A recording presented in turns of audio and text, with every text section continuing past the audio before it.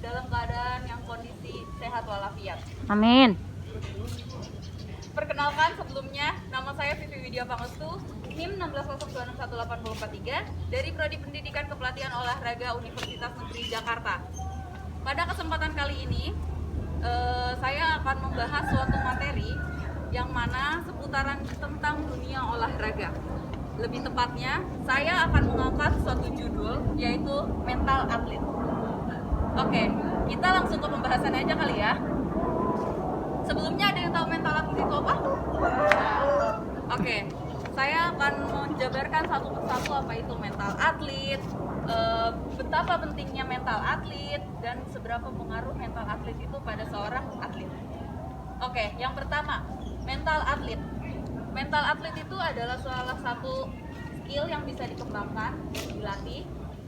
Dia lebih ke prospeknya ke psikis atau pemikiran kita, diri kita, kepribadian kita. Itu membicarakan tentang kepribadian yang ada dalam diri kita, itu bisa disebut dengan mental. Oke.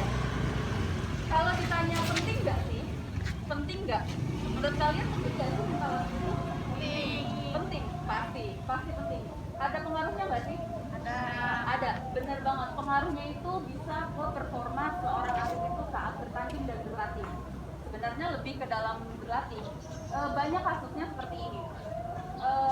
Dia dalam berlatih bagus, benar kan? Pernah pasti ngalamin kalian. Kalian main bagus pas latihan, tekniknya bagus, fisiknya bagus. Tapi satu, pas pertandingan mental kalian down. Itu pasti sering terjadi. Gak mungkin enggak. Kalian pasti pernah ngalamin itu. Oke.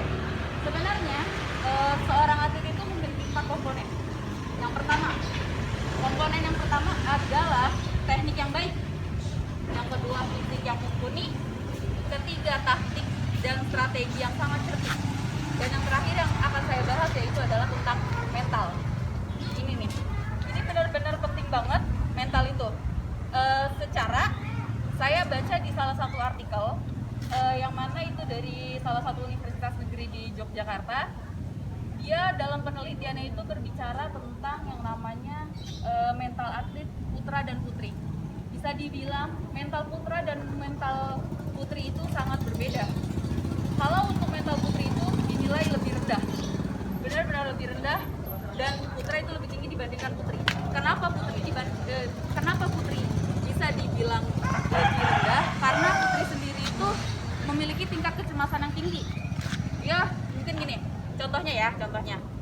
Dia dalam bertanding itu, sebelum bertanding bisa dikatakan dia pas tahu lawannya mungkin lebih bagus, dia pasti merasakan kecemasan duluan.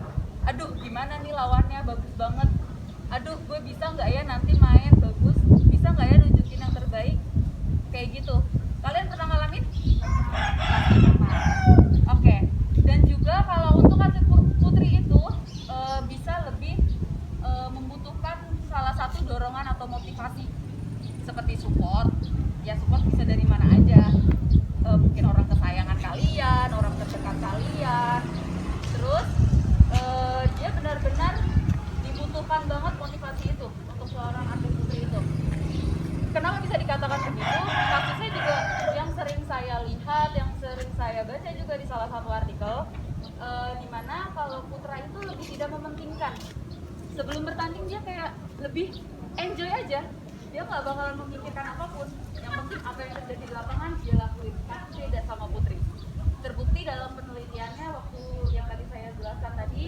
Oke, kita langsung ke bagian mental ya. Ada yang tahu sebelumnya bagian mental itu ada apa aja? Enggak. Oke, di sini saya akan menjelaskan apa aja sih mental itu yang kalian ketahuin. Tadi udah ditanya nggak tahu, nggak tahu apa? Benar-benar nggak tahu nih. Oke. Yang pertama itu ada tentang kecemasan, kontrol emosi, juga kepercayaan diri, dan juga berpikir positif. Itu termasuk mental. Sebelum bertanding yaitu mental. Dalam artian yaitu mental. Dari saya sebutkan bagian-bagiannya itu. Oke. Di sini saya punya salah satu tips. Ada 3 tips. Yang pertama, tipsnya itu jatuh kepada saat kalian tanding down. Kalian pasti pernah mengalami, tadi udah ditanya, udah pernah?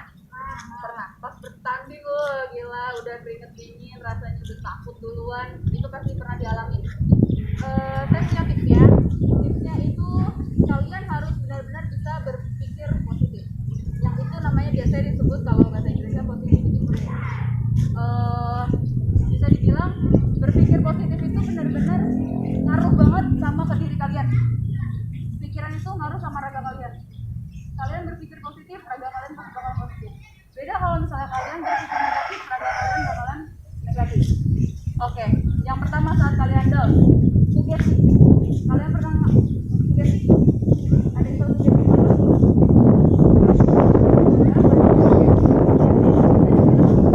Kalian pernah ngomong dalam hati? Kalian harus tanamkan dalam diri kalian bicara sekeras-keras mungkin di dalam hati kalian. Itu namanya sugesti. Bilang, saya mampu, saya bisa. It work buat gue. Itu buat gue kayak gitu. Kalian ngomong aja sendiri, banyakin ngomong sendiri, banyakin sebelum tanding, pas lagi latihan. Itu benar-benar bekerja banget. Saya mampu, saya bisa. Saya mampu, saya bisa, ulang terus, sugesti. Otomatis raga kalian bakalan ikutin. Oke? Tips yang kedua. Tips yang kedua itu ada yang namanya kepercayaan diri. Biasanya sebelum bertanding, saya takut kalau misalnya banyak penonton yang nontonin saya. Pernah? Aduh, takut disorokin orang kalau mainnya jelek. Pernah? Pernah. Itu saya sendiri punya tips. Tipsnya itu kalau buat saya, dari saya pribadi adalah kalian anggap semua penonton, orang yang di luar lapangan, di atas tribun, itu batu sama pemain. Bener-bener mereka nggak, kita ngeliat, tapi mereka nggak ngelakuin aktivitas. Itu caranya untuk meningkatkan kepercayaan diri kalian supaya main kalian lebih bagus, gak grogi, gak takut disorakin sama orang gitu. Dan tips yang terakhir itu ada motivasinya itu ingat sama orang yang tersayang. Kalian saya ditonton sama orang tua saya ditonton sama pacar saya, bisa pacar, nenek, kakek, semua saudara nonton. Ingat, kalian otomatis itu pasti akan melakukan yang terbaik dalam pertandingan kalian ke orang yang kalian sayang. Tapi jangan sampai kalian terbebani. Kalian harus tetap kontrol diri kalian, emosi kalian, seperti itu.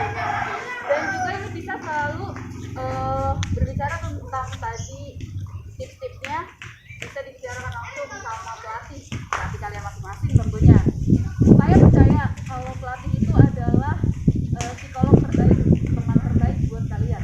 Kalian bisa mencurhatkan segala masalah diri kalian saat bertanding. Kok saya nggak kompak ya sama tim saya ya, kok saya nggak bagus ya, saya punya masalah sama teman setim saya ya. Itu kalian bisa rundingin sama pelatih kalian dan kalian akan nemuin jawabannya. Kalian bakalan nemuin jalan keluarnya. Pelatih akan memberikan itu. Pelatih itu banyak segudang jawaban buat kalian kalau nanya tentang apalagi mental.